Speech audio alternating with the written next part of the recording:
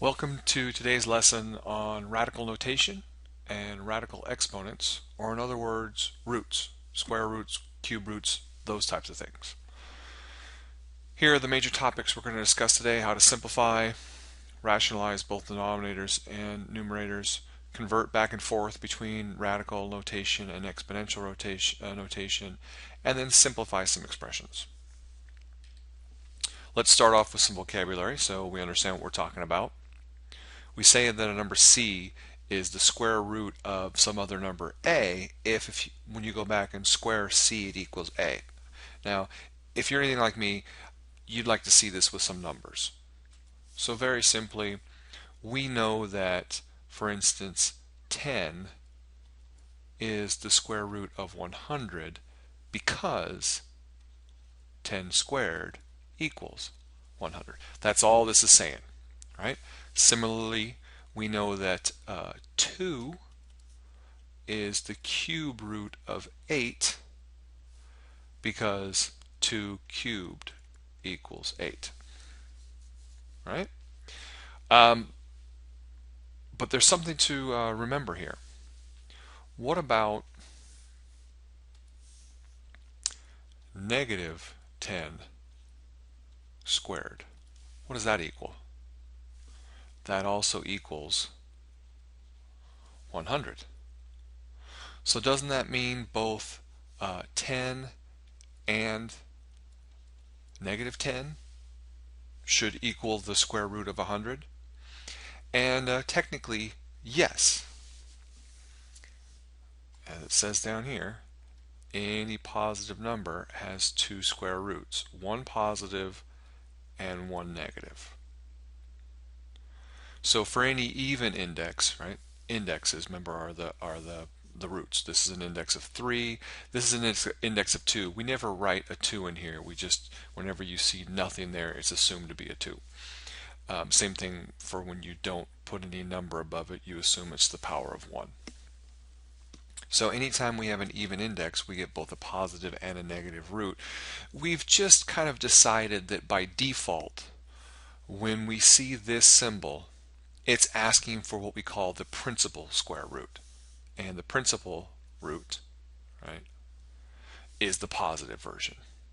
So that's all this junk is saying, is that when we're taking roots and there's the possibility of getting both a negative and a positive because we're taking an even powered root, the default is to just give the positive one.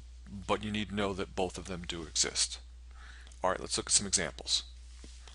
So, what is the square root of 81? Well, we know it's 9 and negative 9 technically, but we would just answer 9. Right? If we wanted to get the negative 9 out of it, we would just put a negative in front of it. So I think I've given away the next answer. What's the answer to this one? That's right, negative 10. Okay, what about the cube root of something? Well, this is just the same thing as the cube root of the top over the cube root of the bottom. That's right, you can split it apart, do them in pieces, and figure out, okay, the cube root of 8 is 2, cube root of 125 is 5, and there's my answer, 2/5. All right, what about the cube root of a negative number? Is that possible? Well, this is asking for some number, right? We're looking for some number c that when we cube it, it equals negative 27. So what number times itself 3 times is going to give you negative 27? And it's negative 3. Okay, what about this? This is asking for some number that when you raise to the power of 4, it equals negative 16. Well, is that possible? No, right? Even powers always give us positive numbers. 2 times 2 times 2 times 2. We do that 4 times. That's 16, not negative 16. So we would say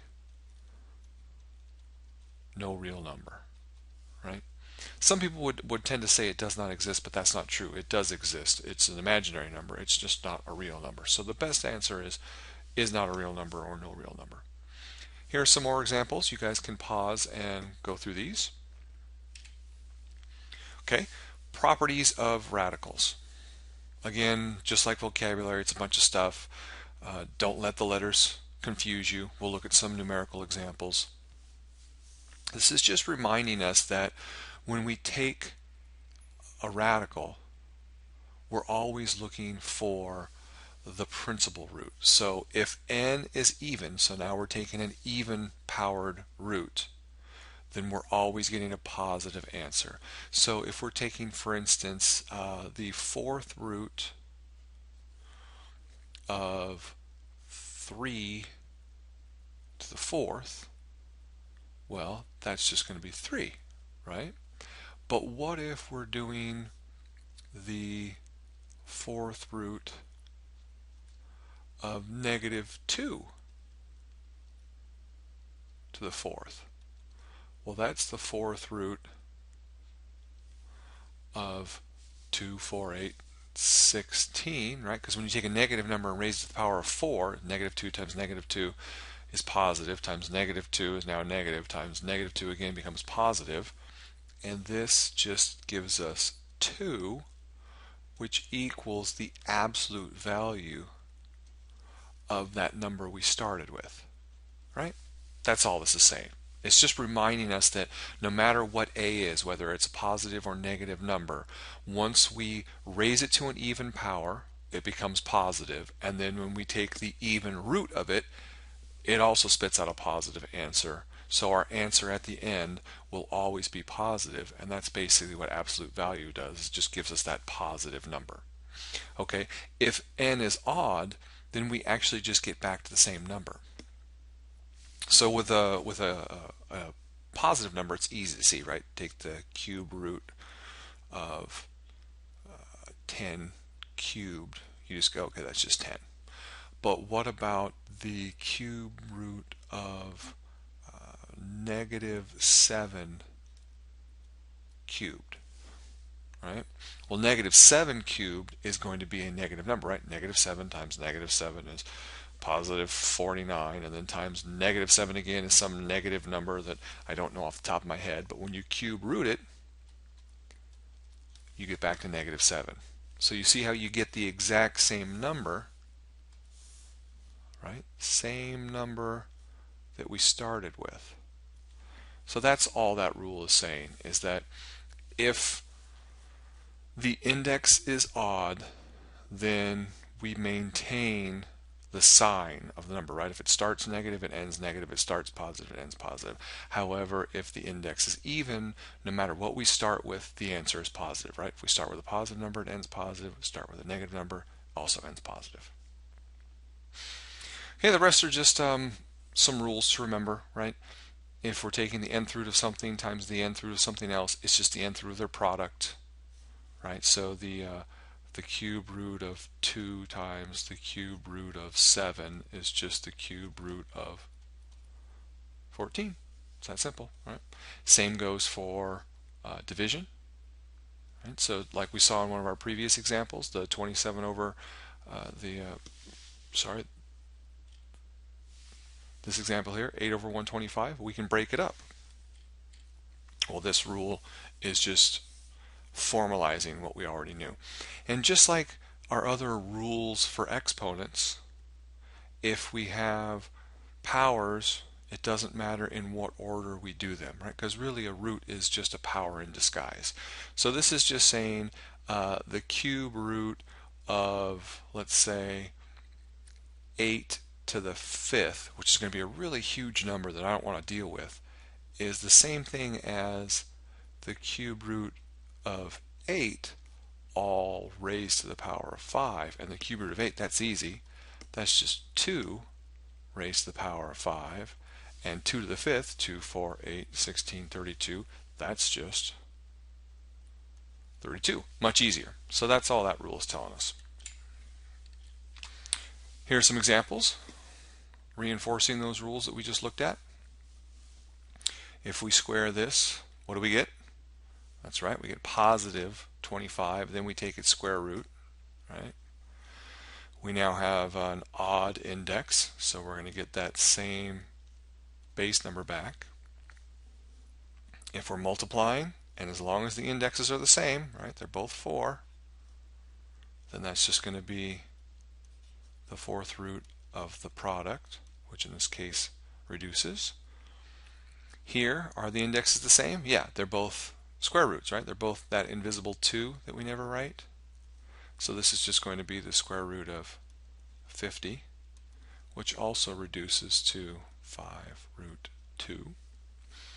Here, well, that's going to be the same thing as the square root of 9, right? Because we can combine those, which is 3. What about this? Do you want to square 125 and then take its cube root? Nope. It's going to be a lot easier to take the cube root of 125 and then square it, which is just 5 squared, which is 25. And then last but not least, what if we have a bunch of junk in a root? And it doesn't matter what the index is. In this case, it's a square root. It still just means that we're applying this operation to all of those pieces. So we have, the square root of 50 times the square root of x to the fourth times the square root of y times the square root of z cubed, and we can reduce each of those individually. This is going to go to 5 square roots of 2. This one here is going to go to x squared. This one can't do anything with it, right? And then this one is going to be the absolute value of z times the square root of z, right? Because there's 3 of them. So 2 of them come out and give us this, and 1's still left inside. So this is reducing square roots, which is another thing we're going to start talking about later. If we put it all back together, we're going to have 5x squared, absolute value of z on the outside, and 2yz left on the inside. Here are some more examples. You can pause and go through those. Rationalizing denominators and numerators. To rationalize whether it's a denominator or a numerator doesn't make any difference. The bottom line is if you're trying to get rid of a radical, you just have to multiply by the appropriate number of that thing that you're trying to get rid of. So in this case, if we're trying to rationalize the denominator, which is the number on the bottom, that means we're trying to get rid of the radical 7. So that's how we multiply top and bottom by 7 to make it 49, which is a perfect square. What if we wanted to, what if we had the cube root of 2 over the cube root of 5, and we wanted to get rid of the numerator, right? We wanted to rationalize, I shouldn't say get rid of, we wanted to rationalize the numerator. So we don't want a radical on top. Well, the cube root of 2, right, in order to make a cube root go away, we have to have a perfect cube on the inside. So we just need 2 more 2's. But if we do something on the top of a fraction, we also have to do it on the bottom of the fraction to keep it even, so it's still the same fraction. So on the top, we now have the cube root of 8, and on the bottom, we have the cube root of 4 times 5, which is 20, and the cube root of 8 is just 2. So we get 2 over the cube root of 20. And that's rationalizing. Conjugates are basically any 2 terms, right? One term, second term, that are separated by a plus and then a minus, right? So you'll notice that these 2 things are conjugates because they're exactly the same except one has a plus and one has a minus. That's it. That's what a conjugate is. Here's an example. If we have this conjugate, if we have this number and we multiply by its conjugate,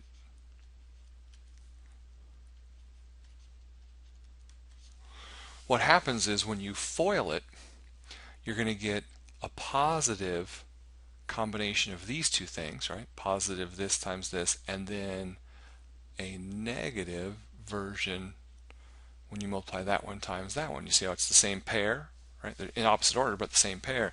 So they'll cancel each other out, and then all that's left is when you do first and last.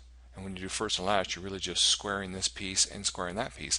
So all that happens is you get a square of the first piece, which is 4 times 3, right? Because this is squared and this is squared, minus a square of the last piece, which is 9 times 5, and you get 12 minus 45, or negative 33.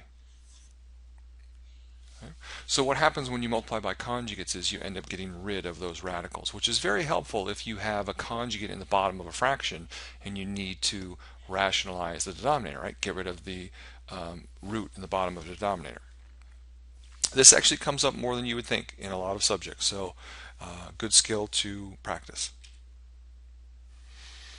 Here's an example rationalizing the numerator, but the idea would be exactly the same if we had to do it to the denominator. Okay, rational exponents. This is the idea that we can go back and forth from an exponent, right, listing something as a power, and change it to a root. Every power is a root in disguise, and vice versa. So this is just reminding us what those roots and powers are, right? The nth root of something is really a 1 over n power. So when we're talking about the cube root of 8, we're really talking about 8 to the 1/3 power. Same thing, two different ways of writing the same thing. It's like Bob versus Robert, right? Here is a combination, right? But isn't a to the mn really just a to the m to the power of 1 over n? Remember, if you have a power to a power, you multiply those powers. And so isn't this, right, the nth root of that? See how that works? We're getting the nth root of a to the m. And then we also know from our other rule that these can switch places, right? We can now do the nth root of a and then raise it to the m, but that really comes from the idea that this is the same thing as a to the 1/n to the m, right? Don't those still multiply to m over n? And then don't forget that if you have a negative exponent, it's just 1 over the positive version of it. Some examples of those. 3 to the 1/5 is really just the 5th root of 3. 10 to the 2/3, well, that's the cube root of 10 squared, or it's the cube root of 100, or it's the cube root of 10 squared. It just depends on how you want to write it and which way helps you reduce whatever you're working with. How about 4 to the negative 5? Do we remember what that is? 1 over 4 to the 5th, which is 1 over a really big number. How about 7 to the negative 1/3? Well, isn't that just 1 over 7 to the 1/3, which is the same thing as 1 over, and what's 7 to the 1/3? That's right, cube root of 7. And if we wanted to rationalize this, right, normally if we wanted to simplify this, the rules are we don't have radicals in the bottom. So if we want to simplify this, what do we have to multiply top and bottom to get rid of this radical? How many 7s are we missing, right? We need a cube root of 7 squared and a cube root of 7 squared. So on the top, we have the cube root of 49, because that's 7 squared. On the bottom, we get 3 7s, right? 7 times 7 times 7, and then we cube root it, so we just have 7. Ta-da! There it is, simplified. I know, I agree with you. I don't think that's simpler. It looks worse, but you know, some rules are they want a whole number on the bottom. So we got to remember how to do that. Here's some other examples you can pause and look through. And even some more examples you can pause and look through. That's it.